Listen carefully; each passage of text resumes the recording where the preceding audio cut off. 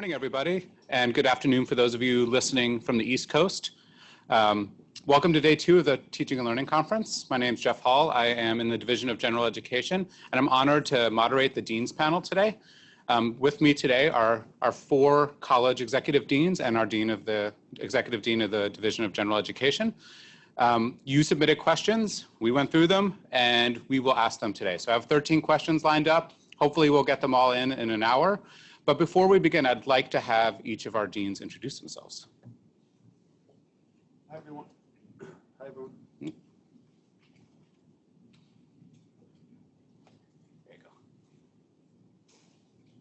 Can you hear me now? Okay, great. Hi, everybody. My name is Justin Harrison, Dean of the Division of General Education. Good morning, good afternoon. I'm Bob Daugherty, the Executive Dean of the Forbes School of Business and Technology. My name card is wrong. I'm a Mr., not a doctor. Morning, everyone. I'm Adam Selhorst, Executive Dean for the College of Liberal Arts. Good morning. I'm Laura Sliwinski, Executive Dean for the College of Health, Human Services, and Science. Good morning, everybody. I'm Tony Farrell. I'm the Dean for the College of Education. Can you double check your mic down there? Make sure it works. Yeah, okay. Just speak closer to it. So let's get started with our panel questions today. Since we have a lot, I wanted to jump right in. So our first question was submitted by a faculty member, and I'm going to start off with Tony on this one. Where do you see Ashford headed in the area of curriculum design? Do you see any interest being developed in personalized self-paced learning? Thanks, Jeff. Can you guys hear me? All right. Where do I see Ashford headed? I don't know if, well, I'm hoping most of you had the opportunity to attend Dr. Larry Reagan's presentation yesterday when he talked about innovation. And so he mentioned a continuum of innovation as it relates to incremental and transformational innovation. And so I believe as an institution, we are always looking to be innovative. We're looking to, through a lens of continuous improvement. And as such, when I think about incremental changes, we are updating current courses. We have a new LMS that is allowing us to do amazing things in our classrooms currently that we weren't able to do before. We're adding HTML coding to all of our courses as they go through a revision process. Stronger use of multimedia. The use of Help Now, tutoring, on-demand tutoring, updating our writing center, library websites. All of these things I would say are incremental innovations as far as our curriculum design. Now, as far as transformational, most of us have heard about the 16 new programs that were just approved by the Department of Ed, and I would actually, yes.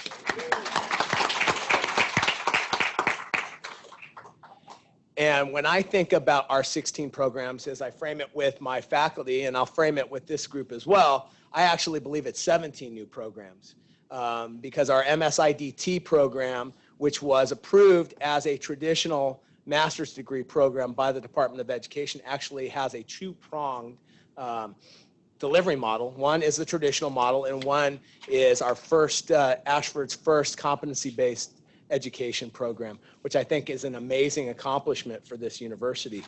So that is a transformational change. With that, I also believe that, and Bob can probably talk a little bit more about the work that Forbes is doing with boot camps and micro degrees, and as we look at badging and stackable degrees, those are all things that are on our list of transformational innovations that are coming down the road. Now, one area that we in the College of Education are working on, and we're piloting with a program in our master's offerings, is what we call the Universe of One, which will be piloted with one of our master's programs. And this is a more personalized approach to the student faculty member relationship. Whereas instead of having a cohort of numerous students, this will be in essence a kind of a cohort of one, and that personalized experience we think will appeal to a large number of students. We're certainly not walking away from what we're doing, because I think what we're doing is very effective in serving our students, but giving students, and we say looking through the lens of personalization, giving our students more choices, giving potential students more opportunities to look at Ashford in a way that, well, if this program doesn't work for me or this modality doesn't work for me, we have other avenues in which we can serve students. Thank you, Tony. Anybody else have anything to add about personalized learning or any initiatives going on in your college? Yeah, I'll take a minute just to add, in healthcare, a lot of times we have to look at things a little bit differently, and as much as asynchronous learning works great for most of the time, most of the healthcare competency models require collaboration and teamwork as being a requirement for mastery. So one of the things I'm excited about, as Tony mentioned, an innovation in one of our programs for 2018 is going to be that we're embedding some weekly synchronous learning requirements into the course. So students are going to have the opportunity to engage with their faculty member every week, engage with each other, collaborate on case studies. We're going to be embedding some industry certifications into the degree program, so students will be required to do the actual preparation for the exam as part of their required coursework, and then be able to complete that exam and put that certification on their resume after they graduate. So I think moving into the synchronous part too has been a little scary for us. I think it's a new space that we're super excited about though, and I think our students are going to really like it too. Excellent. Thank you, Laura. Anyone else? Yeah, I'm still pushing for the philosophy for CEOs and world leaders degree, but we'll see if that comes. Be a fantastic nano degree. Yeah, micro credential. Micro credential. Okay, I'm going to move on to our second question, and Justin, you'll be the lead for this question. There has been recent professional development offered in strengthening transparency in the faculty evaluation process. The question that is always asked is, what can I do to increase my performance so I receive more classes? So what are your suggestions on how a faculty member can increase their performance in the classroom? Yeah, so we've been doing presentations for associates and full-time faculty about minimum expectations. And so the first thing, and I've been kind of saying this, is the rule I think everyone should live by is that minimum expectations are the minimum. So rather than thinking of minimum expectations, I would like to get us to all think about best practices in the classroom. So the first recommendation would be like, don't think of minimum expectations, think about best practices. Are you doing just 6 posts in the discussion forum? Because there's 2,000 other people out in the ether as well, right? Who might be doing 12 posts, might be responding to every response that a student gives them. Are you leaving summative feedback on assignments? If you're not, somebody else is. Are you leaving inline feedback? Is your feedback solely focused on APA? I've seen, many classes where it seems like the instructor only grades on APA, and the content seems almost totally lost. So leaving inline comments, leaving summative comments, being available to students. I recommend that people check their email in the morning and at night. Or are you waiting 48 hours to respond to student emails? Because again, somebody out there is more available. So doing all of those things and thinking about best practices in the classroom, I think will definitely lead to a high level of scheduling. The other thing to remember is that we do have a lot of full-time faculty, and that our enrollments have gone down over time. So there aren't as many sections as there used to be. So don't assume negative intent if you're not getting classes and you have a high level of preference. It's just that we don't have the sections for you, and they might have to go to someone else, or they might not be offered anymore. And the final thing I would just say is that there are soft skills to education as well. So if you are mean to your students, if you are mean to a colleague who reaches out to you and with some feedback, like in an IQR, and says you could improve here, and you're like, don't tell me how to improve. I know what I'm doing. And this person is just very kindly reaching out, very professional, very respectful. If you're disrespectful, if you're unprofessional, those things impact your scheduling as well. So be nice to students and be nice to your colleagues. Thank you. Anyone else? That's for Gen Ed, though. The same mostly holds for the business school. No, I would just echo everything that Justin just said, but more importantly, I think institutionally, we want all of our faculty members to improve. That's a given. And when you're not being scheduled, I think at times you can feel slighted But that's really not the case. The intention is to provide our very best instructors as much work as they can, frankly, help us with. And so there's no some sort of clandestine effort to prevent that. That far from it. And so even this conference, I think, is just a great example of our commitment to helping our instructors improve. Yeah, I would just add one quick tip of advice too. If you're not regularly checking into the Center for Excellence in Teaching and Learning, I encourage you to do so on a daily basis. Every time you're teaching, all of our program chairs have taken a lot of time to put program pages up that have very specific resources at the course level, at the program level.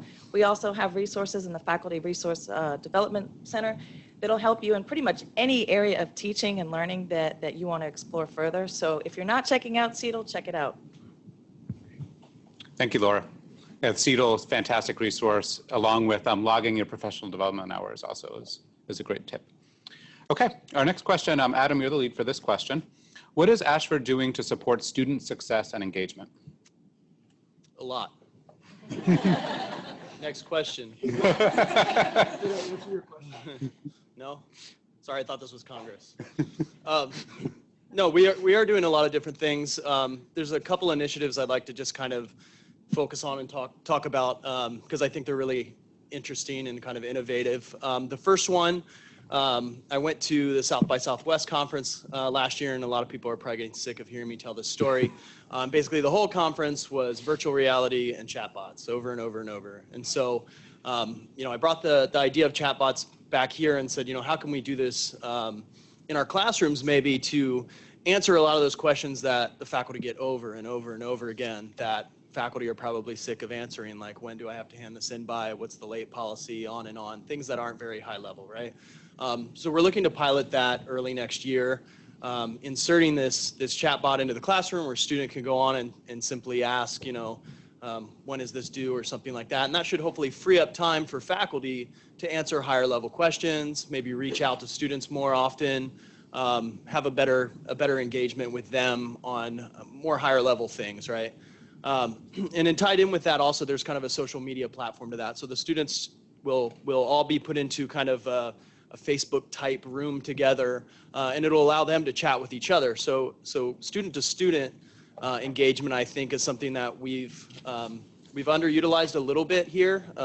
We have our discussion boards, but those are always very focused on very specific aspects, and this will kind of allow them to maybe chat a little bit, talk about their families, vent sometimes, and I think you may lose that a little bit in the online setting, and this may help kind of bridge that a little bit. And then the second one is another faculty role that we created a little bit over a year ago, faculty of practice role, and it's evolved a little bit and continues to evolve over time, but it's a full-time role where the faculty just teach. So it's faculty members that they love to teach, they're good at teaching, all they want to do is teach, so we said, well, let's let them teach. And as part of that, those best practices and those minimum expectations are heightened, basically. So they email every student in the class, they reach out to students, they contact them more often, they make video introductions, things like that. And the feedback we're getting from the students on those are that they love it. I just see comment after comment after comment, like this is the first time I've had a faculty member reach out to me proactively. It's the first time I felt like they really understand, and we have tons of empathetic, really great faculty members, but this is a role where the faculty is proactively doing those sorts of things, and it's really leading to increased engagement. And so hopefully in the future, as we see that, we can kind of share the results with people and maybe start to pick up on more of the practices that we see are working, and maybe shy away from some that maybe aren't doing anything and are quote unquote kind of a waste of time, maybe. So it's kind of where we're at. Anyone else? Justin, Project Pineapple? I think we may get to that too. We talk about retention a little bit later. Yeah, so there's so many different initiatives going on that either support success or engagement and retention. So it's all linked together. Anyone else talk about any retention initiatives or success and engagement initiatives that are going on in their college? All right, we'll have more opportunities for that since that's a hot topic for sure. Okay, our next question. Laura, you're the lead on this question. Will we see more internships and practicum experiences that align with career competencies? That's a really great question. I'm happy to take the lead on this one. Before I jump into the future, though, I kind of want to remind people of what we currently have and some of our existing programs in this area. So in the College of Health, we have 2 programs that currently require some type of practicum-like experience. The first one being our Bachelor's of Science in Health Information Management, where at the end of the program, students complete a 40-hour in-field placement practicum experience. They work collaboratively with the full-time faculty to identify a site in their area, and then work with the site supervisor to really identify a project that's going to meet the requirements for that practicum. Also, in our RN to BSN program, there's a 90-hour practice experience requirement. All of those 90 hours are not completed in the field. Some of it uses simulation technologies for students to be able to apply their skills. And some of it, they actually do go out into the field. They interview a healthcare professional. They might sit in a facility and observe processes. And then towards the end of the program, they'll assess kind of what's happening and propose interventions to improve those processes. So we have that currently happening now. As we look into 2018 and the new programs that we finally got approved, we will be launching 2 new graduate programs in the College of Health that also require an in-field practicum experience for students. Those will both range from 90 hours to 120 hours.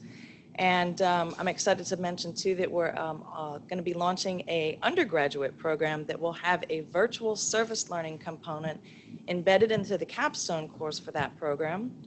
And we're currently working with 2 different partnership opportunities, but our students will have the opportunity to develop some very specific programming materials or educational materials just to meet our clients' needs. So it is coming, and we're excited about it. So, yeah. Awesome. Thank you, Laura. Additionally, in the College of Education, we continue to move forward with trying to develop and launch a teacher preparation program, which I won't get into the details now, but we're moving forward in that direction. And once we get to the finish line there will be a substantial internship and practicum experience for our students that will include a virtual component, which I think is, when we talk about innovation, will be a very innovative practice in educator preparation. Awesome. Fantastic. Bob? Yeah, I would only add, for the business school in 2018, we have a real commitment to internships. I think we all appreciate how powerful and valuable they are to the student to have actually a practicum or an internship. We've put some toes in the water this past year, and I give a lot of credit to Dr. Laura Reed and Ray Powers for some efforts that we've done there. But one thing that we've done across all of our programs is to put together an advisory council by program, and we're going to challenge our advisory board members to help us find actual internships for our students. So that's a big initiative that we're going to get underway in 2018, so more to follow, and look forward to reporting on that next year. Awesome. Thank you. Okay, the next question is a long one, so bear with me. So Ashford University faculty and staff have recently been invited to participate in Dr. Luke Wood's Black Minds Matter course, which focuses on educational equity for people of color and particularly Black men. Though we are lacking in racial diversity in our own executive dean panel, white leaders can still be allies for people of color and other marginalized groups. What would you like to see the university do that we aren't doing already to help create a climate that embraces and uplifts students of color and other traditionally marginalized groups? Justin, can you kick us off? Yeah, so first off, we meet Mondays at 4:30. So if you're interested, on 9th floor, Wayne Clugston. And then virtually, we have a discussion after they do their presentations at San Diego State. So please come. I'd like to see us do more of what they're doing. So what they're doing is virtually broadcasting to 10,000 learners across the country. They have interviews with top leading activists and Black intellectuals who are working in the field of education, primarily for Black men and boys. They stream it on YouTube. They have this really cool whiteboard. He writes on it, and you can see him through the board. They have Twitter questions. So sorry, I feel like, hey everybody, how's it going over there? They have a Twitter feed where people can ask any question they want. So I would like to see us doing that with our students. There's no reason why, as a virtual institution, we are not doing that. And it's kind of sad that our students don't have opportunities like that. Just because you go to San Diego State doesn't mean that or that you don't go there doesn't mean you shouldn't have those opportunities. I'd also say that, you know, I'm thinking about, Yanni was speaking with, I think it was Dr. Cortez, sorry if I'm misremembering his name. Does our curriculum look like dead white European males? Or does it look like people of color? Does it look like women? Are there different voices in the curriculum? Have you thought intentionally about how to weave those in? Or is it just this dead white guy said that, then this dead white guy responded to that guy and said that, and then this white guy said that? Something in Division of Gen Ed, which I love, is that our faculty really prioritize that. So you don't have to teach a US history course from the perspective of all the white people, right? You can teach it through the lens of the underrepresented groups. There are faculty-led clubs and student clubs that I think that have started, like the LGBTQ club on Facebook, but there could be more. Why don't we have clubs for mothers to talk about the problems that they face? Why don't we have clubs for Black women, Black men, both white and Black people coming together, Latinos, military students? I think that there are other clubs, philosophy club, for example, right? Where faculty could meet with students and be mentors to those students and develop relationships with them. And then finally, I think that if we, you know, we've been prioritizing a more open approach to students, and I would just encourage all of us to do that. One way to help traditionally marginalized groups is to respond to their life issues.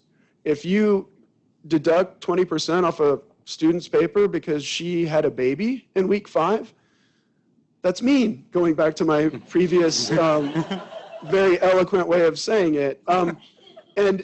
And just, you know, being open, assuming the positive in students. Don't assume that they're cheating, that they're trying to screw you out of some discipline that you're trying to instantiate in them.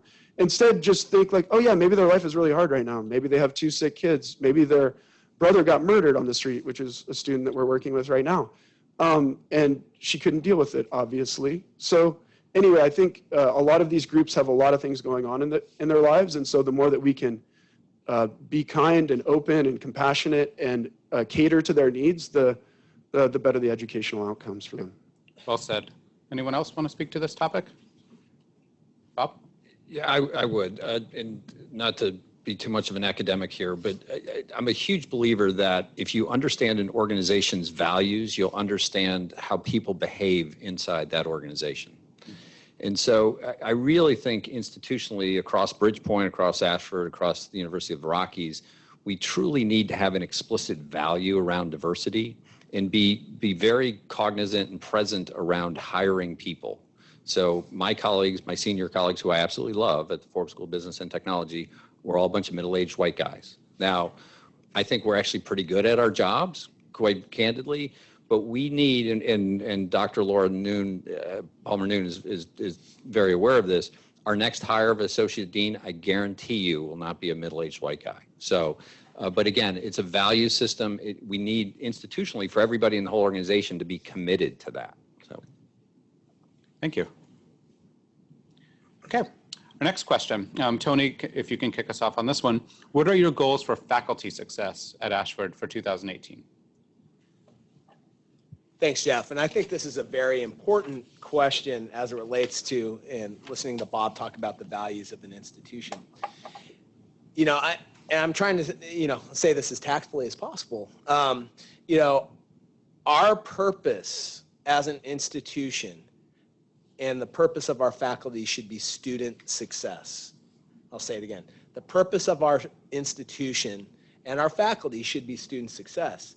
So when we talk about goals for faculty success, I was toying with the idea of bringing an infographic in, a triangle that says at the very top, student success, and on either side, having the best faculty, and on the other side, the best curriculum. And so when we think about our faculty, I really believe that we have to create, and I say this all the time, and my faculty are probably, they're tired of me continuing to push this, but it's a disposition of caring for the success of our students. We, we all have content experts within our colleges, but the most successful faculty are not only content experts, but also have this disposition of caring. And you see it with, Justin's Project Pineapple that's permeated. We have several courses that we are engaged in that initiative as well. We talk about students who are faculty who are more empathetic when a student brings an issue to the classroom that maybe is impeding success. But we really do have to make that the center of what our faculty do for our students, and is to creating an environment for success. And then also, as part of that, when we talk about the best faculty, as leaders, we have to create opportunities for growth and development of our faculty, whether that's through coaching, mentoring, new faculty support, ed talks, other types of professional development. So we have to we can talk the talk, but we have to walk the talk as well. And that is, we have to provide our faculty with opportunities to grow and to develop this disposition. And so best curriculum as well, continuing to assess our curriculum and making sure that it is the most engaging, the most relevant, and will lead to positive job outcomes for our students. Because in many ways, our students come to us with an expectation of developing or learning and developing skills that will help them in the workforce. So, Excellent. I would just add that I'd really like to see more of our faculty research, like in public fora. Going back to Black Minds Matter, you have all of these high-level intellectuals who are just basically talking to each other, and the students are learning from like the best. And so I totally agree with what Tony's saying. And I would say, even outside of the realm of education and teaching and learning, I'd like to see the research that people are doing. I'd like to see them doing presentations for students. I'd like to see that research permeate the classroom in whatever way possible, wherever it's relevant. For me, it's been really nice going to this class and learning and being back in that kind of traditional modality for grad school. And I think that we don't really provide those opportunities for students, and I think a lot of them would be really interested. Now, just because only 20 people show up doesn't mean it's not successful. We might invite 20,000 students, and you're like, oh, well, only 20 showed up. Well, still, the 20 are there, and they care, and they want to learn. And they might be interested in philosophy or sociology or business or HR or whatever. And I would just like to see more of our faculty interacting with students around their own research. Excellent. Anybody else? All right. Bob, you're the lead for this question, and it's not a softball question, I promise.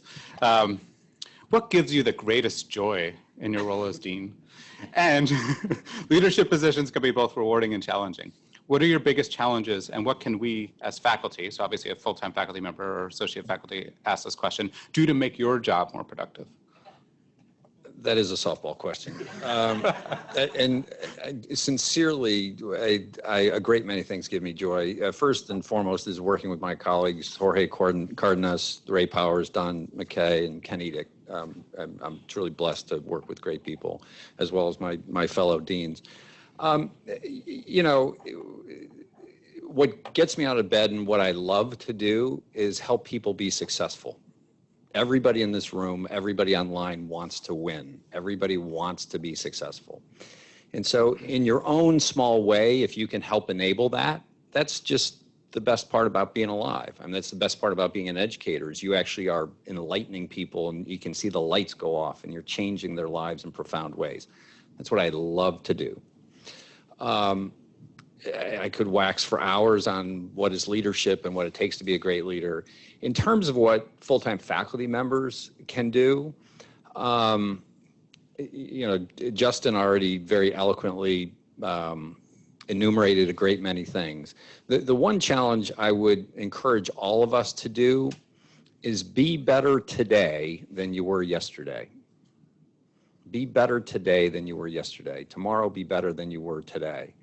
And that boils down, and if you do that, at the end of your career, you'll be just a phenomenal teacher. You'll be a phenomenal colleague. You'll be a phenomenal contributor to any organization you're involved in. So that is a softball question. That was a home run. Yeah. Anybody else want to hit it out of the park?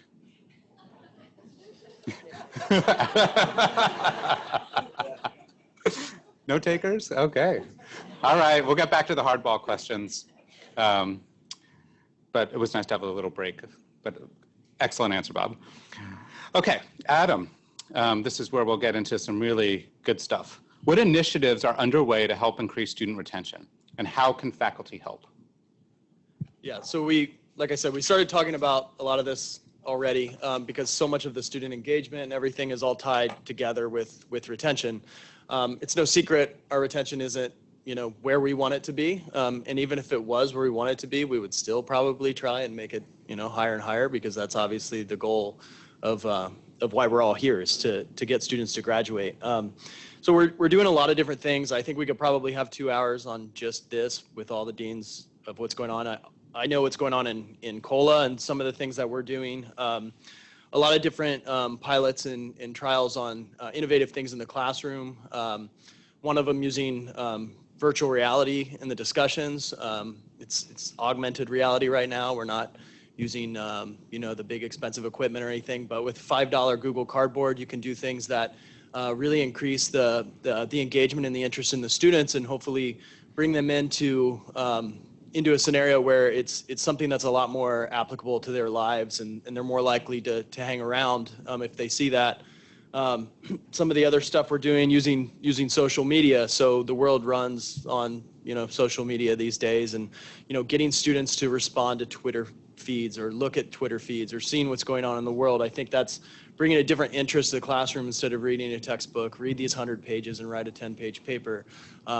Going and responding to politicians' tweets or to other educators or other researchers' tweets. It really, I think, engages the student a lot more.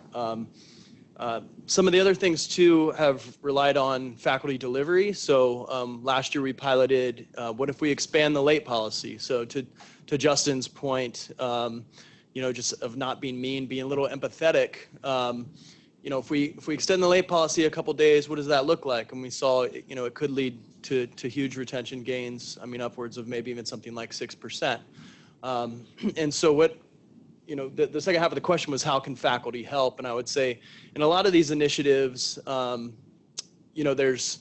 there's give and take in that a lot of it takes work and time and effort, and really just the empathy factor. I think the biggest thing I think that can help us with retention is empathetic faculty, staff, deans, everyone here, and understanding that, like when I went to college, it was my job to go to college.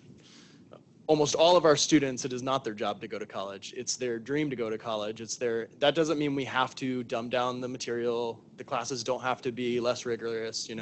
If you give someone that just had a baby 3 extra days, it doesn't mean you're teaching them to be irresponsible or things like that. And, I think just having these kind of discussions with the faculty and talking about, is there a way we can be empathetic while still having rigorous curriculum that really leads to, to better retention and to students graduating and getting to move on with their lives and do some significant stuff too.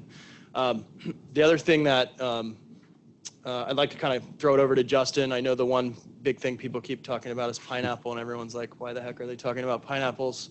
But the Division of General Education came up with a really innovative way of being really empathetic and helping students through difficult times. So Justin, if you want to talk about it. Sure. Yeah, so I've been talking about this ad nauseum, so sorry for everybody in the group, in the room. But for those who don't know, essentially what we do is we just find students who don't submit their week 5 paper on Thursday of the grading week, actually. Now we've moved it back. So we'll be finding them tomorrow. And we just reach out to them and ask them if they have life issues going on. And they respond to us. If they want to, they can file an incomplete. Sometimes they finish the paper during the grading week. We grade it. We take the burden of filing the incomplete and the grading off of the associate faculty. We file all the paperwork. We work directly with the student. So it all kind of emerged out of multiple things, but we started doing it in math, where we just allowed students to work on their lab during the grading week, because the lab is an adaptive platform. So they're just learning math the whole time. So we thought, why not just let them work? So in math now, since July, like 440 students have successfully completed math who would have not succeeded. They had a grade less than a C-. They worked during the grading week. So So 440 out of about 660 have successfully completed. And then this week, we are currently at 82 students in non-math courses, so courses that require grading, who have successfully completed and either filed an incomplete or worked during the grading week. And we continue to systematically do that. So what can faculty do? Faculty are already doing this, so huge shout outs to people who worked on projects that led up to this. Amay, Heather, Brad, currently Bethany, Emma, Max, Sonia, Michael. So there, I mean, all of our faculty are already doing these things, right? Everybody's already empathetically working on incompletes. So if we can systematize it, and actually, if we can compensate people for it, like let's say you pay somebody $10 to work through an incomplete with a student, so that way you take it off the associate faculty and you don't just push it on somebody else, it can have huge success. So we're waiting on the retention and persistence numbers for those students that we helped versus those that we were unable to help. And hopefully we'll see large retention gains and persistence increases for those students. Fantastic. Oh, and they have great reasons too, like I mentioned, or I mean, not great reasons, but hurricane, right? Having a baby. And then my favorite, which I always mention, a guy said that his fiance got put in jail and he had to go bail her out from like another state. So, so anyway, like there are life issues that our students face. It's not just them being lazy. And even if they are lazy, if they just tell me, hey man, I'm lazy, I'm like, all right, thanks for being honest. That last one's true love, like right there. Anybody else want to comment on retention? And Tony? And just real quick, to comment on the, and again, disposition of supporting students and empathy. Giving a student a little extra time is not lowering the rigor or the academic standards in your courses. It is maybe scaffolding the content, giving a little extra feedback. But the learning outcomes and the criteria for success in the courses do not change. And I use this analogy. My wife has talked me into running a half marathon in a couple months, and she will finish probably about 20 minutes before I finish. At the end of that race, we will still have both covered 13.1 miles. It'll take me a little bit longer. I may have to walk. Well, I know I'll have to walk. But thinking it through the analogy of completing a race or getting from point A to point B, some of us will get to where we need to go faster. But I think sometimes we hear this confusion that by giving students maybe a little extra time or giving them more feedback, that we're lowering the standards of what we're teaching and the outcomes of our courses. And I think that's probably further from the truth. We're actually supporting student success by doing this. And they probably, at the end of the day, will probably, as far as true learning, have mastered those outcomes, maybe even more successfully than other students. So sorry I know we need to move on, but I'm passionate about this. And Tony, your comment. So if we don't allow extra time, we're actually, and from a certain perspective, lowering the rigor because the students are not completing the summative assignment. So they didn't turn in the assignment. So if we give them a 0, they're not going to do it. And so that in a certain sense lowers the rigor because they're not participating in the activity that the whole class is supposed to build up to. They're not learning that final thing and doing that. So anyway. Yeah. Excellent. I have to share the quote my major professor always shared with me. It's better to err on the side of humanity when working with students. I love that quote. Okay, Tony, keep the mic over there because there's a lot of excitement about new programs. It's something that you mentioned earlier. The question is when? When are these new programs rolling out and how can we determine which faculty members get to teach in those new programs? So the first new program launches tomorrow. No. So as you know, there are a lot of aspects from an operational perspective, in addition to the academic development of courses and content that go into launching new programs. And so over the course of the last year and a half to 2 years, we were, in essence, we were lucky in that in anticipating approval from the Department of Ed, we were able to build some of these back-end operational needs during this time. And so we're in pretty good shape for 9 of our programs. So the first 9, which include it looks like 5 master's programs and 4 undergrad programs. The first launch is going to be January 2nd, so really at the beginning of the year. And so we will launch the first 9 programs all within a period of about 9 weeks. So it'll be quick. And then at that point, the other 7 programs, which were not on the original ticket sent to the Department of Education for approval of new programs, we have a little bit of work as far as the operational pieces for that. And those will launch starting in June. Great. So first program, first 2 programs launching January 2nd, and then the final program, Masters in Nursing, launches December 18th. Great. And then second part of your question, speaking for the College of Education, faculty teaching in these programs, and I can only really speak to the process that we use in the College of Education, but our faculty, our program chairs identify a need for faculty, and they work with our talent acquisition department to really start pulling in talent to start teaching some of these programs. Additionally, if we have faculty members who are approved to teach in one program and feel like they would be a good fit in another program, they can certainly have their transcripts evaluated and their experience evaluated to get additional course approvals. But really, the onus of approval of faculty for the programs generates within the College of Education with our program chairs and the need, and they do the initial vetting and approving of faculty and course approvals. And at that point, we work with HR as far as hiring, and then also work internally with our with Morgan and her team to identify additional course approvals. Great.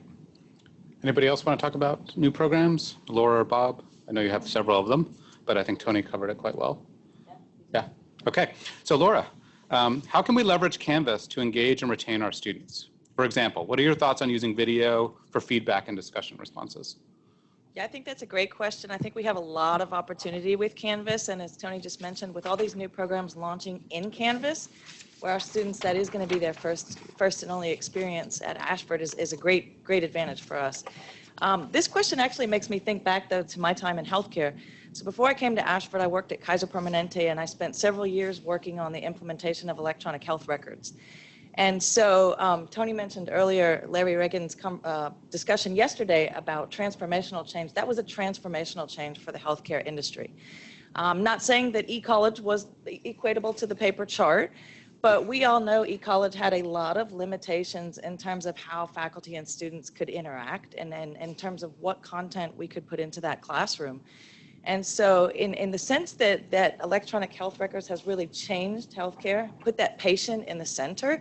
When I go to the doctor now, my lab results can be uploaded within a matter of hours. I can email my doctor if I have questions. My doctor's offered to do FaceTime with me. I think we're looking at the same kind of transformational change with our students. And we have an opportunity to leverage a lot of the features, just unlock features that already exist within Canvas. We have a lot of opportunity to plug in new features. And I think as our faculty and our students really become comfortable with that new technology and the different ways that they can be present in the classroom, Adam mentioned a lot of different things that we can use to really engage students. But Jeff, you mentioned specifically the video feedback, and I think faculty have already started using this, have gotten really positive feedback from their students. Because if you can imagine seeing your faculty member, hearing your faculty member walk through your paper, telling you what you did great on, areas where you can improve, what you can do different on, to me, that's a much more emotionally engaging experience than just logging into a classroom, reading a few sentences in the grade book, and trying to figure out on my own, what am I supposed to do with this? So I think we really need to leverage what Canvas has to offer to keep our students emotionally engaged, and that will be a better way to retain them. Great. Any other advice on leveraging Canvas? Adam?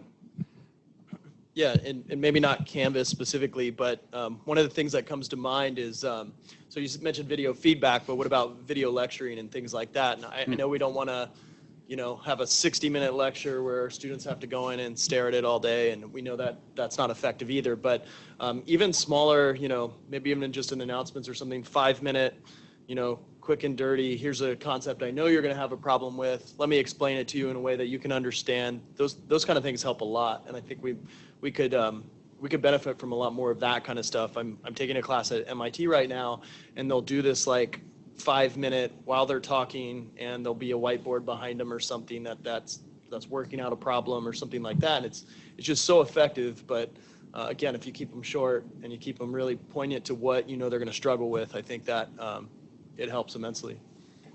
Yeah, so crowdsourcing, I think I'd like to see YouTube channels for our courses, and all associate faculty and full-time could like upload their own videos explaining like, this is how I recommend you do the week 3 assignment, or this is what utilitarianism is, or whatever. And then the YouTube channel would be like for Phi 103. I know that Brad Thames has already made one for Phi 208, but and then students could go there and say like, oh, where's the week 3 video? Where's the explanation of deontology? You know, where's the cool little case study, the ethical thought experiment? So I'd like to see that happen as well. So if anybody's interested out there, feel free to reach out. I'd like to create more videos, explanatory videos for students and crowdsource those. Excellent. So now that we've thought about technology that we have today, let's look in the future about 5 years. Where do you see online learning advancing to? Competency-based, nanodegrees? I don't know if some of you have seen these Udacity commercials that I see every night now, and they make me a little nervous because, you know, I get FOMO. You know, we're missing out. Bob, where do you see online learning going? I would love to talk about this honestly for the next 5 hours. And as I thought about this question in advance, I'm just going to share a couple of quick statistics. According to IBM, knowledge doubles every 13 months. The Internet of Things, blockchain, AI. Google predicts within 2 years, knowledge will double every 11 hours. So you think about that as educators, that's really a stunning avalanche of knowledge that's coming our way. You know, I think 5 years out is a very long time, but I think where education is going is competency-based stackable learning objects. So those are all, you know, buzzwords and so forth, but to try to break that down, and we're all very familiar with emerging technologies in learning management systems or how we present information. I'd actually like to throw out a couple of technologies that are sort of off the beaten path. One is blockchain technology. Blockchain technology, for those of you that don't follow it, you hear about Bitcoin, but blockchain is effectively a database that is encrypted so that the information that you have is truly your information. And so how is that going to change education? It's going to give the power of the transcript from the institution to the student. And that's actually a profound, radical change in the marketplace for education. So, you know, a cynical view of what we do in an institution is we sell a transcript, because at the end of the day, that's what the student has to prove. And so we truly own that. The registrar is sitting right in front of me. However, if that dynamic in the marketplace changes and the student then can take their transcript via the blockchain to any institution and shop, that's really remarkable to think about on a number of different levels. I think the MOOC providers, Coursera has 27 million registered users. They've got partnerships with 130 of the top research institutions in the world. One thing that they've done, which is a direct threat to the business school, is they went to the University of Illinois and said, we would like to offer a University of Illinois MBA degree. And what the student can do is pick 12 courses from the entire library of Coursera. Now, is it as engaging learning? Is it as stitched together as it should be? No, but 5 years from now, I sincerely think it will be. And so, and they offer that at $22,000 for that MBA. So that's just, and last point, and I know my fellow deans want to jump into this conversation. The other technology is a financial technology, and the financial technology is income share agreements. And so there's all sorts of financial institutions that are running around saying, we'll help you pay for school, but what you're going to do is you're going to pay us part of your future earnings back. So it's not a traditional student loan. It's not the way that traditional higher education has been financed. And so as a result, again, the consumer is getting so much more leverage and power in that relationship. And so I'll finish and shut up here, is what those two technologies do, in my estimation, is drive the price of what we do way down. And so I think those institutions, and I would put ours in this category, that can truly innovate and get ahead of those technologies and leverage those technologies to offer really innovative products, or not products, but student services and degrees to our students, I think will be the ultimate winners. But okay, blockchain technology and income share agreements. Okay, great. Wrote those down. Anybody else? Can I do the income sharing agreement with my kids?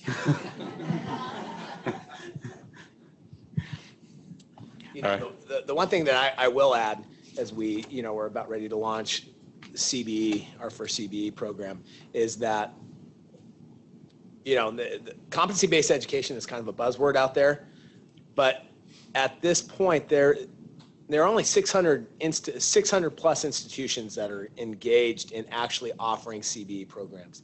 There still is tremendous opportunity out there, and so as we move forward with our first program, to think about what's the next iteration of competency-based programs here at Ashford. We talk about the universe of one approach. I think, I'm looking at Katie, our registrar, to thinking about the transcript and really acknowledging what Bob is saying, is that in the near future, I think it will be more of a skill-based competency type of transcript that employers will be looking at the skills that you are developed. That's when we talk about badging and specific skills. And so one of the things that I'm hearing in conferences that talk about CBE is the ability to create a transcript that not only shows credit hour, but also shows the skills that you're learning within the degree. And whether that's done through a traditional paper-based transcript or it's done through an e-portfolio. But I think in 5 years, you'll see a lot more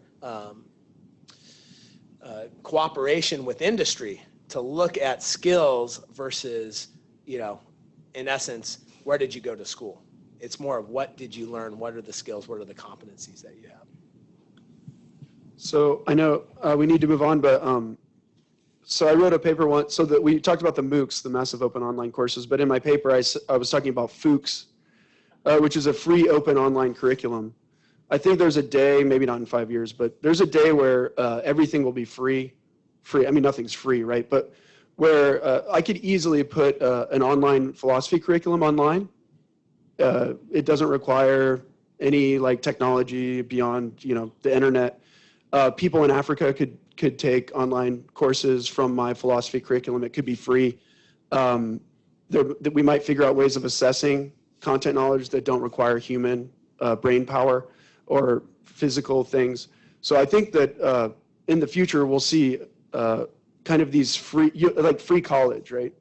But it'll be online, it'll be open to everyone, and people all around the world will be taking this curriculum together. They'll be learning about each other's cultures, and essentially it'll push out a lot of institutions that still charge money. Because that's, in the past, people had to come to the institution and we hid all of our knowledge behind the walls and we charged you for, go back to Greece, right? You had to pay Plato to listen to him talk. But that's changing.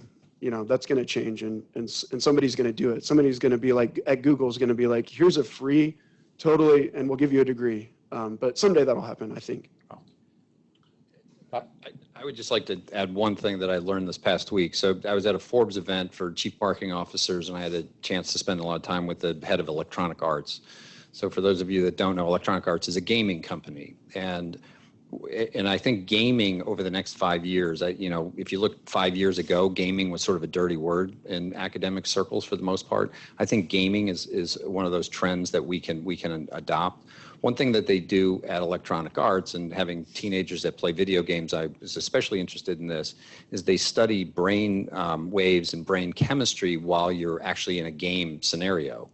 And what they've discovered is that when you truly get into flow state, dopamine releases in the brain, and it's at that time that if you actually send that person a message, the retention of that message when you're in flow state is significantly greater than at other times. And so, the panacea for any educator is, can you take a 6-week course and actually teach them that competency in one day and have them retain it forever, right? And so I think games, offer a unique opportunity for us to maybe do that in the future. Okay. So Bob, what kind of research would you like to see your faculty doing to kind of get us to the future? Sure.